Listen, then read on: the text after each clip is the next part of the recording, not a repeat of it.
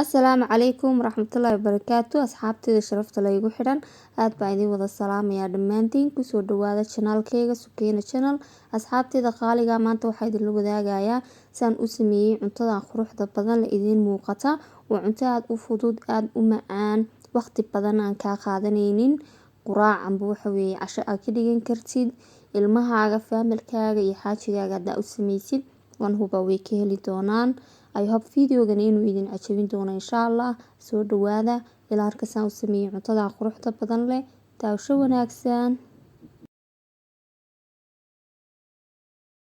asxaabteeda qaaliga ah halkan waxaan ku soo diyaarsaday waxyaabihii aan ka sameyn lahaa amba ku dari lahaa cashadeena caawa soo halkan waxa iigu jiro waxa weeye hilibku waa hilib shiid amba hilib tuqad ah waxaan ku soo radqay hilibka toon iyo kabsar yar kaarot iyo wixii kale rabtid waa ku ridqan kartaa hilibka hadaad rabin waxaa ku bedelan kartaa digaag halkan waxa iigu jirto waxa waaye basasha si yanba u soo googooyay waxaan rabaa inay madhow toole ay cuntada ka soo dhex muuqanin halkan waxaan ku haystaa waxa weeye laba nooc oo barbarooni mid oo huruud ah iyo mid casaan sida yaryarad u jeedaan oo soo googooyay halkan waxaan ku haystaa milix iyo xawaashi isku tartar ah amba mixed ah halkan waxaan ku haystaa waa beed amba egg 5 xabo weeyaan beedka waxa waaye waa optional waana ku tirsan kartaa waana iska dhaafi kartaa halkan waxa ii yaalo waa cheese mozzarella cheese ka saga qasab weeye noocii kan amba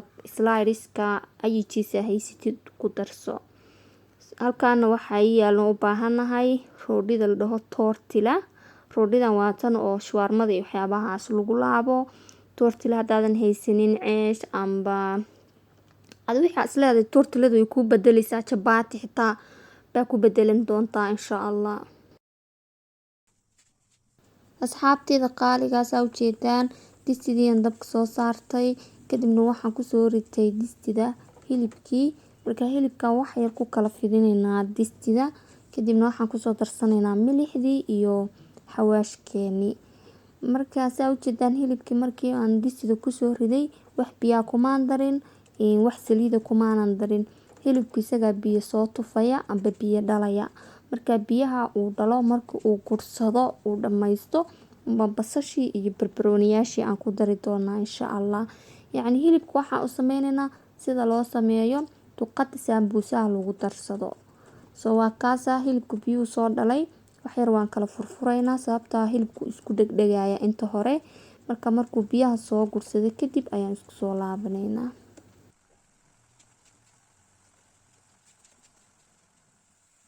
waa kana hilibkii biyuu soo gursaday amba uu soo dhameystay waxaan waxba ahayn oo nyan baa ku sii dhex jira hadda waxaan ku soo darsanaynaa basashii iyo barbarooniyaashii kadibna waxa weeye si fiican aan isugu walaaqaynaa waxa weeye basasha iyo barbarooniyaashii iyo hilibku ilaa intay waxaan kuuray ka soo shiilmayaan baan dabka ku daynaynaa in isku huuraan ay soo shiilmaan baa la rabaa sababtoo ah saliid kuma jirto waa inay iskood u huuraan oo u bislaadaan markaas aan isku soo laabanaynaa insha Allah isku soo bislaato intani waa kana hilibkii iyo khudradii waa isku dhex bislaatay waa u jeedaan basashii way degtay wayna bislaatay marka waxaan dareemay inay u baahan yihiin kuleyl yar iyo basbaas marka waa kaasa basbaas casaan ku daray xoogay basbaas casa ah marka waan ku walaaqayaa dhowr daqiiqan dabka ku sii hayni si basbaasku u dhex galay hilibkii khudradda kadibna waan ka dajin doonaa dabka saasuuna hilibkeena diyaar noogu yahay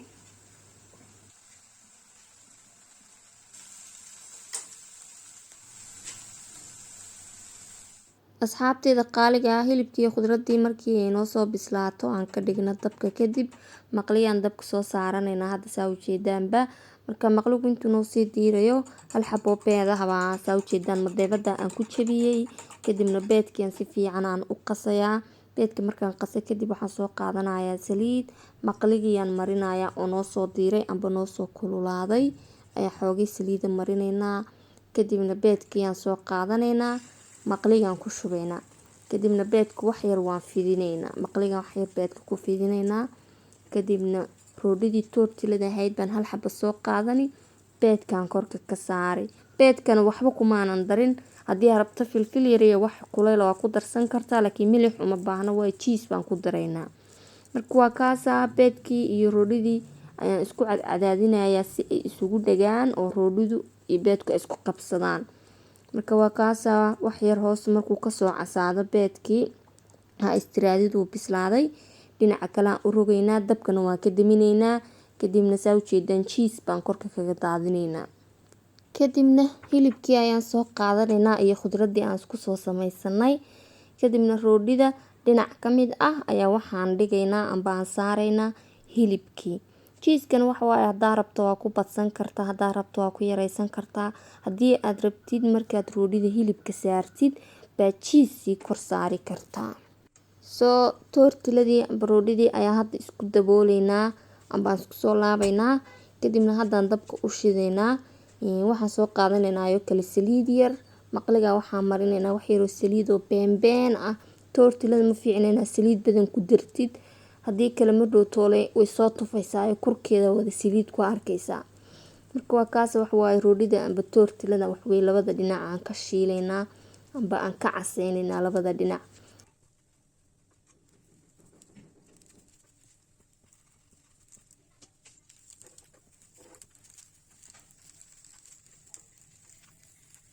Waa kana roodhidii labadii dhinac waan ka shiilnay saa u jeedaanba.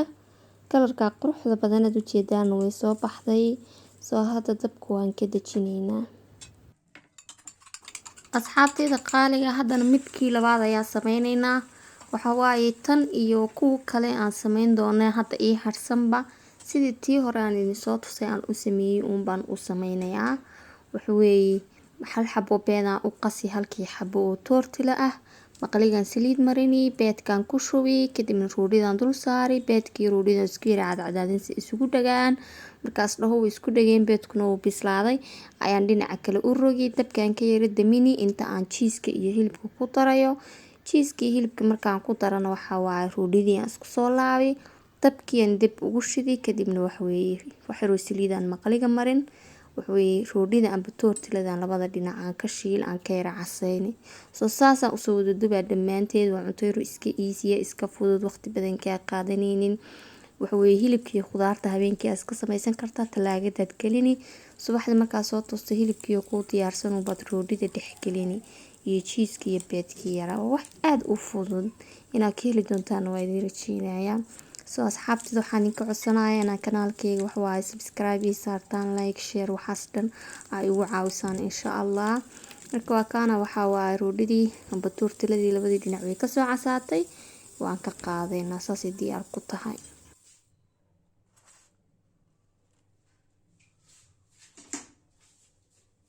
Asxaabtayda sharafta leh waa kana roodhidii iyo alaabtan dhexda ka geliyay saas quruxda badan ayay u eg tahay oo ay ku soo baxday.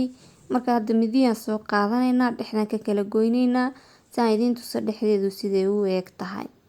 Marka waa kaasa waan kala gooyay. Roodhidii markaan saas u kala qabto dhexdeedii aan kala furo saa quruxda badan ayay u eg tahay. Waxa waa hilibkii qaybna hoose ku hadhay qaybna korka. Cheese-kina saas isku jiidjiidaya. Waliba haddaad cheese badan ku dartid xoog buu cheese-ku u kala jiidjiidmi lahaa. Marka waxaan rajeynayaa videoga inuu idin cajabiyay aad soo samaysaan insha Allah. Aad soo baroobaysaan casheero fudud amba quraac aad u macaan waqti badan ka qaadanayn weeyaan. Intaan videoga ka xiga ka kulmayno waxaan idinkaga tagayaa maca salaama.